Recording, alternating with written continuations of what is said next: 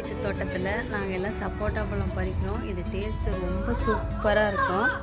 இப்போ நான் பறித்ததை ஃபுல்லாக உங்ககிட்ட காட்டுறேன் பாருங்கள். என் பையன் பாருங்கள் உச்சியில் நிற்கிறான் அந்த கலையில், அவன் ஃப்ரெண்டு கீழே நிற்கிறான். காட்டுறேன் பாருங்கள்.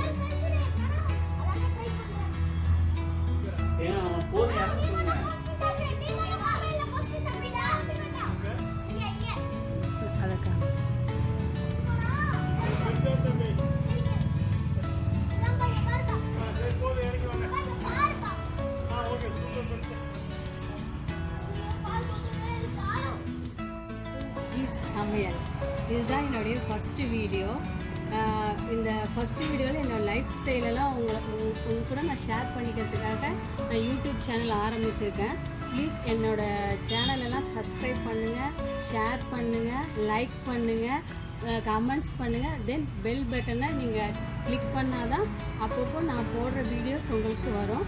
ஃபஸ்ட்டு வீடியோவாக நான் என்னென்னா நம்மளுடைய இயற்கை விவசாயத்தை ஆதரித்து நான் ஃபஸ்ட்டு வீடியோவாக ஆரம்பிக்கணுன்றதான் என்னுடைய நோக்கம். என்னென்னா இந்த சப்போட்டா பழம் இது நான் என் பையன் வயிற்றில் இருக்கும்போது நட்ட பழம். இப்போ அவனுக்கு 9 வயசு ஆகுது. இந்த சப்போட்டா பழம் இயற்கை முறையில் விளைஞ்ச சப்போட்டா பழம். இது அவ்வளோ டேஸ்ட்டாக இருக்கும். இதில் எந்த உரம் எதுவுமே நாங்கள் போட்டது கிடையாது. மண் சத்து ப்ளஸ் நாங்கள் காஞ்ச வெஜிடபிள்ஸ் அந்த இதெல்லாம் போட்டு தான் இந்த சப்போட்டாவை வளர்த்தோம்.